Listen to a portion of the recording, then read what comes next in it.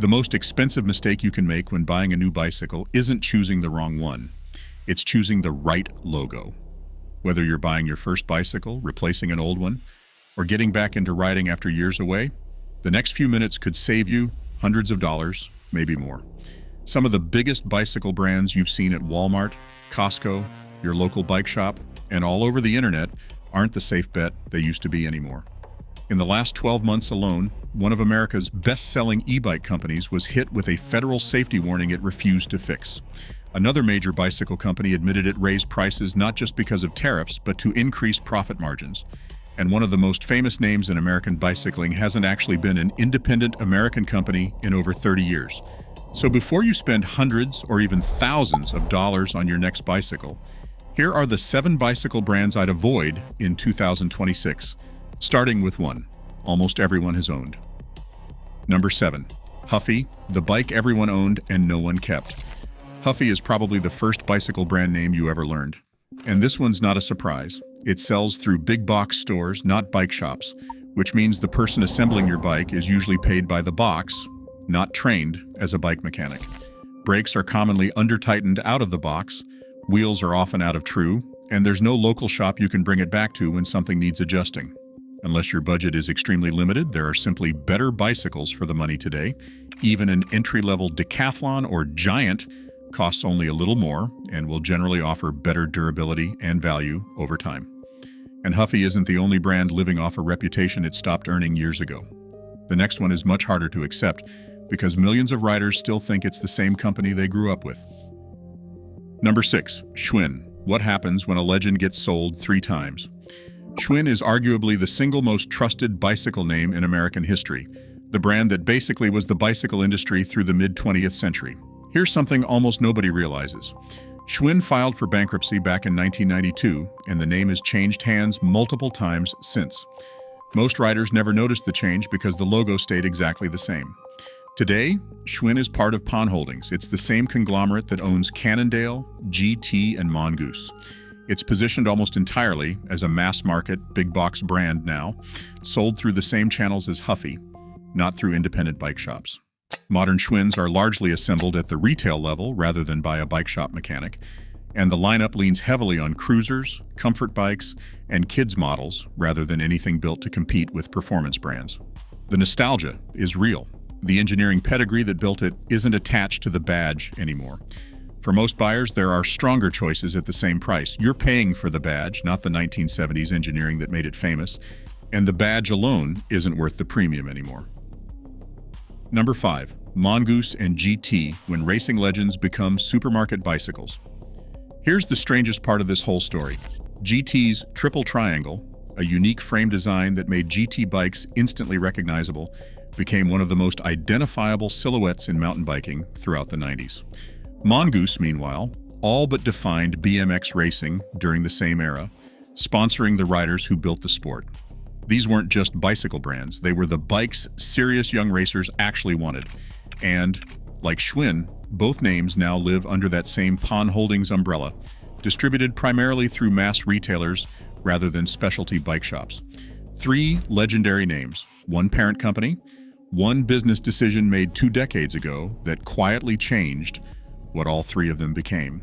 Most riders never noticed because, once again, the logos never changed. If you're buying your next bicycle based on the reputation these brands built decades ago, there are better values available today from companies that haven't outsourced their identity to a mass retailer. Here's where everything changes. So far, every brand on this list has one thing in common. They're coasting on history that's decades old. What comes next is completely different. These aren't fading names living off nostalgia. These are some of the biggest, best-funded companies in the entire cycling industry, making decisions about your money right now, in 2026. And what they did is a lot harder to excuse. Number 4. Trek, the email they didn't expect you to see. This next company still builds some of the best bicycles in the world. That's exactly why what happened next shocked so many riders. In April 2025, new U.S. tariffs hit imported bicycles and components hard. Trek's response was to raise prices across most of its lineup, understandable on its face.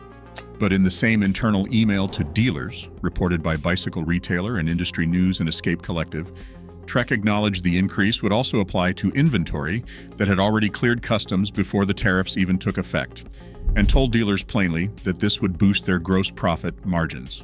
Think about what that actually means. That's the moment many riders started asking a simple question: were they paying for tariffs, or were they simply paying more? The engineering hasn't gone anywhere. The pricing has. Before you buy a new Trek this year, compare it with last year's model and similarly priced competitors. The bike is often nearly identical while costing hundreds less. And right now, that comparison is the best way to avoid funding a markup. The company admitted, in writing, was about margin as much as tariffs. Number 3. Specialized, charged once for the tariff, again for the deluxe badge.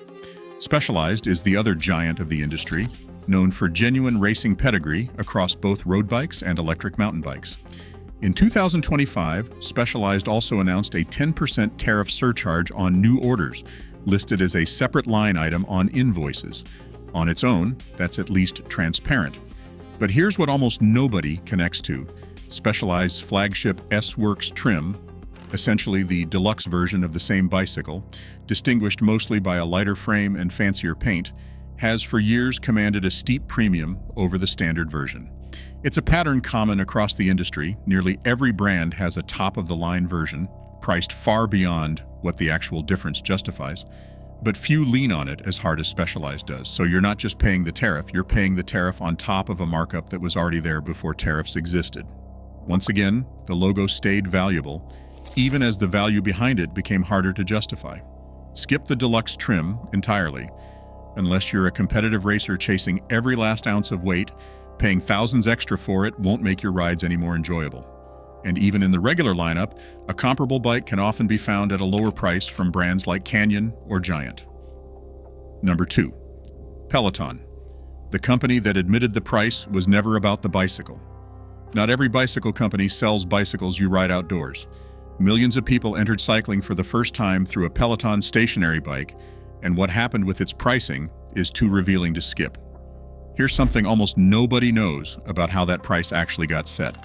When Peloton first launched its bicycle at $1,200, sales were sluggish. Buyers assumed the low price meant low quality. When the company raised the price toward $2,000, sales increased.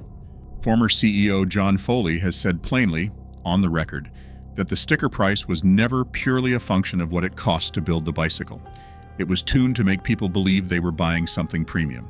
That pricing psychology hasn't gone away. Peloton has continued raising hardware prices in recent years, even as the company works through years of financial losses and the bicycle itself becomes largely non-functional without an ongoing monthly subscription, meaning the real cost of ownership never actually stops.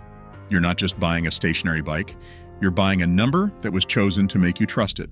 The only buyer this makes sense for is someone already deep in the Peloton content ecosystem who rides daily without fail. For almost everyone else, if the goal is simply getting healthier at home, there are far cheaper ways to get nearly the same workout without the ongoing subscription cost. Everything you've seen so far was about money. This next story isn't. Number 1, Rad Power Bikes, the one with no silver lining. Everything up to this point has been a story about value, paying too much for a name, a badge, a margin play. This last one is different. This one is about safety, and it is the reason this brand sits at number 1. Rad Power Bikes built its name as the accessible e-bike brand, inexpensive, direct-to-consumer, and at one point the best-selling e-bike company in America, valued at over $1.5 billion in 2021. In November 2025, the Consumer Product Safety Commission issued a public warning telling owners of certain Rad Power battery models to stop using them immediately, citing a serious fire and explosion risk. According to CPSC filings, the batteries in question were linked to over 30 fires and roughly $750,000 in damages. Rad Power disputed the agency's characterization, but according to CPSC's own statement, refused to agree to a full recall, saying it could not afford to replace the batteries that retail for around $550 each. The company has since filed for bankruptcy protection. If you already own an affected Rad Power model, check the battery model number against the CPSC warning immediately and stop using it if it matches. If you are shopping for an e-bike this year, this is not a buy if the price is right call. It is one to sit out entirely until the company's ownership and safety practices are fully sorted out. Brands earn trust one bicycle at a time, but they can lose it with a single decision. No bicycle is worth that risk. After all that, here's the good news. After everything we've covered, you might think there aren't any good bicycle brands left. Thankfully, that's not true. While the biggest names in the industry were busy raising prices and issuing safety warnings, 3 companies were quietly doing the opposite, and they deserve just as much attention as the 7 we just covered. The 3 brands still worth your money. After all the brands we just talked about, you might be wondering, so what should I actually buy? Here are the 3 brands that still earn my recommendation. Number 3, Decathlon, the best value for your money. If I told you one of the best value bicycles in the world comes from a company better known for selling camping gear, you probably wouldn't believe me. But that's exactly what Decathlon has done. Their in-house brands, B-Twin and Triban, consistently deliver features you'd normally expect on much more expensive bicycles, disc brakes, quality drivetrains, and durable aluminum or steel frames. If you're buying your first bicycle, getting back into cycling after years away, or simply want the most value for your money, Decathlon is one of the hardest brands to beat. Number 2, Canyon. More bicycle, less markup. Most people assume buying directly from a manufacturer means sacrificing quality. Canyon proves the opposite. By selling directly to riders instead of through traditional bike shops, Canyon cuts out the middleman. That means more of your money goes into the bicycle itself instead of dealership markups. You'll usually have to do a little final assembly or pay your local bike shop to do it, but even then, the savings are often worth it. If you're comfortable ordering online, Canyon gives you some of the best performance per dollar in the industry. Number 1, Giant. The safest long-term choice. Here is something many cyclists do not realize. There is a good chance your dream bicycle was actually built by Giant, even if it has another company's logo on the frame. For decades, Giant manufactured bicycles for brands like Trek, Specialized, and Schwinn before becoming one of the world's biggest bicycle brands itself. That experience shows.